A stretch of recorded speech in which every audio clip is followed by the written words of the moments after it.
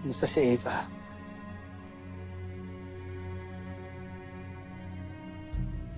Mamatigas. But honestly, I know it's all just a front. Alam naman niya siguro na sira na yung buhay niya eh. Pero alam mo, nakakaawa din siya. Bakit di mo kaya siya puntahan? Dalawin mo siya sa detention cell.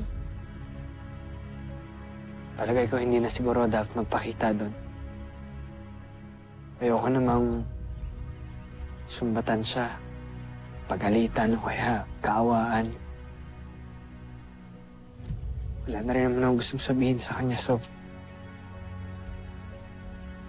Huwag na siguro. Alam mo, pwede mo siya ipagdasal. Pagdasal mo siya na sana magbago na siya.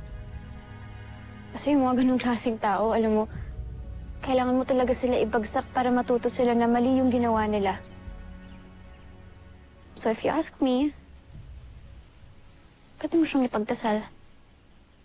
Sana malampasan niya lahat ng pagdadaanan niya ngayon. Sana matuto din siya.